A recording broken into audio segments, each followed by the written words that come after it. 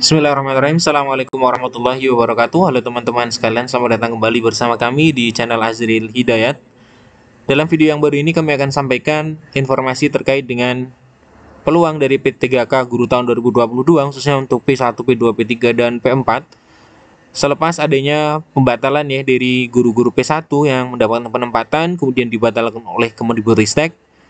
Kami sampaikan beberapa kategori pelamar prioritas yang aman ya, yang aman walaupun terbitnya pengumuman setelah adanya pengumuman terkait dengan pembatalan 3.000-an guru yang sudah lolos passing grade. Namun sebelum kita masuk di pembahasan, bagi teman-teman yang baru saja menemukan channel kami, jangan lupa untuk subscribe channel ini dan nyalakan lonceng notifikasinya. Terima kasih. Kita ke pembahasan. Jadi setelah terbit dari pengumuman pembatalan pelamar prioritas pertama pada seleksi ASN P3K 2022, kemudian banyak tenaga guru honorer ya yang kemudian masuk P1, P2 hingga P4 yang bertanya-tanya bagaimana nasib mereka karena untuk P1 saja itu bisa dilakukan pembatalan oleh Kemendikbudristek ya atau oleh Panselnas. Dalam hal ini adalah panitia Kemendikbudristek. Kemudian bagaimana peluang untuk P1 yang lain, kemudian P2 prioritas kedua, guru tenaga honorer K2, kemudian guru sekolah negeri yang mengabdi 3 tahun, dan juga pelamar umum. Bagaimana peluangnya, apakah masih aman atau tidak? Nah, silakan teman-teman cermati video ini hingga akhir ya. Kita coba bahas. Jadi untuk pengumuman pembatalan ini adalah khusus untuk guru P1 yang dulu diumumkan lulus dalam pendaftaran P3K tahun 2022 ya, yang dinyatakan mendapatkan formasi, namun ternyata setelah diverifikasi ulang oleh Kemendikbudristek, ternyata guru-guru tersebut tidak lolos ya. Artinya setelah diverifikasi ulang, ternyata jatah penempatan tersebut adalah milik P1 yang lain, sehingga kemudian dibatalkan. Ada 3.000-an mulai dari guru bahasa Inggris hingga mapel-mapel yang lain. Nah, kemudian kita telah dapatkan informasi terkait dengan hal ini. Bagaimana kemudian untuk kategori yang masih aman? Nah, yang pertama kita bisa lihat, yang aman adalah yang pertama guru P1 yang sudah resum dan tidak termasuk dalam daftar nama pembatalan penempatan. Nah, ini yang pertama. Kita tahu dalam pengumuman ini, itu adalah guru yang sudah resum tentunya, kemudian yang sudah mendapatkan penempatan, kemudian dibatalkan. Nah, yang aman adalah P1 yang sudah resum dan tidak terdapat di dalam nama-nama pembatalan tersebut.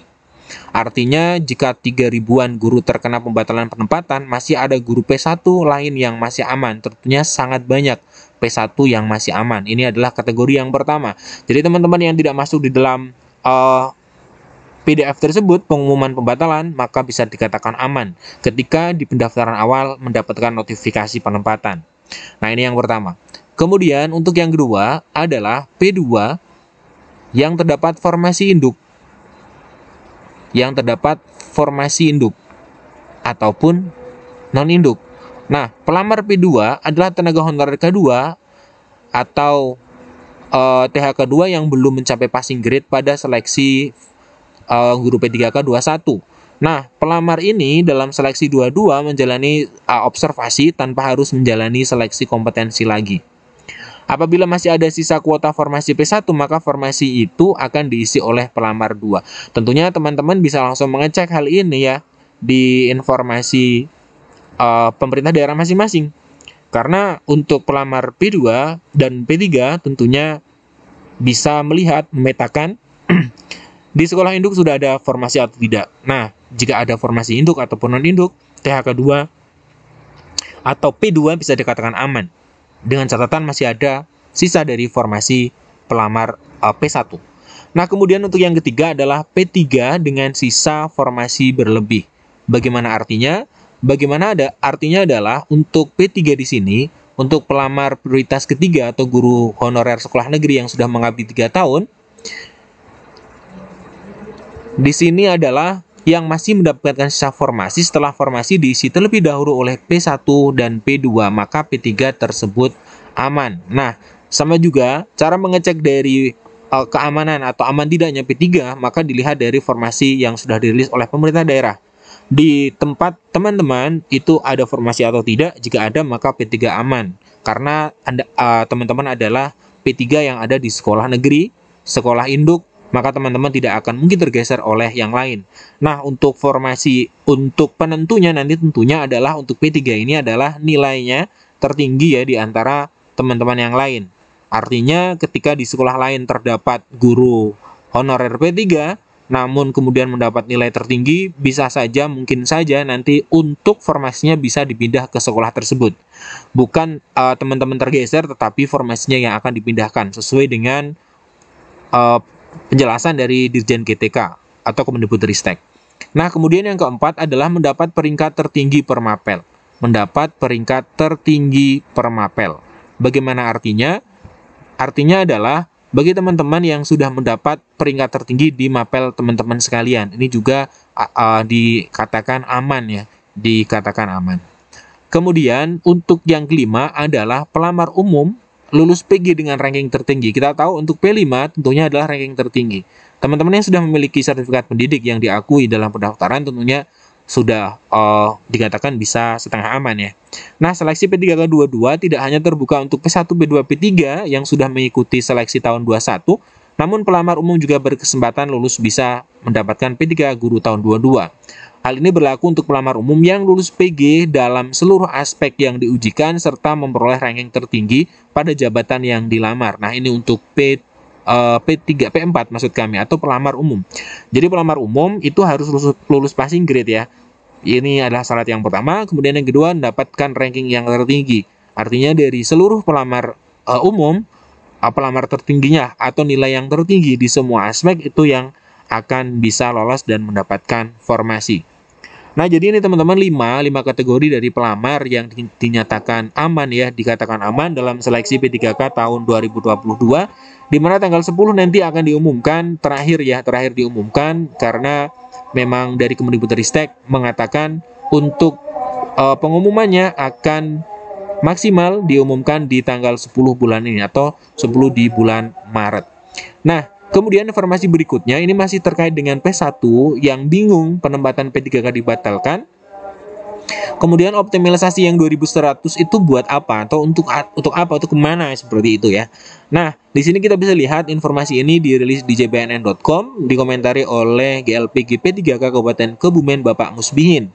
Sebagai ketua forum tersebut mengaku syok karena sesuai pertemuan dengan Bupati Kebumen P1 akomodasi 22, dia mengungkapkan bagaimana kesedihan 3 guru P1 mengabdi di SMP ini kemudian dibatalkan. Nah, ini membingungkan karena ada tambahan 2100 kok malah dibatalkan yang 3043 P1-nya. Untuk mencari tahu penyebab batalnya penempatan 3 guru P1 tersebut, Musbihin dan sejumlah pengurus mendampingi ke Dinas Pendidikan. Jadi Pak Musbihin dengan GLPG P3K mendampingi ke Dinas Pendidikan untuk bertanya terkait 3 guru dari kabupaten tersebut yang dinyatakan dibatalkan penempatannya. Nah, kemudian menurut Musbihin 3000 yang dibatalkan penyebabnya adalah informasinya gagal di P3K tahun ini melalui akun masing-masing. Tentu tidak senelangsa ini ya. Yang bikin nelangsa adalah peserta tidak dikasih tahu apa penyebab dibatalkan. Misalkan di akun yang bersangkutan ditulis sebab musababnya. Memang tidak ada pemberitahuan karena memang SSCASN belum rilis ya teman-teman. Artinya belum bisa melihat sebab apa sebenarnya yang bisa menjadikan teman-teman P1 ini dibatalkan.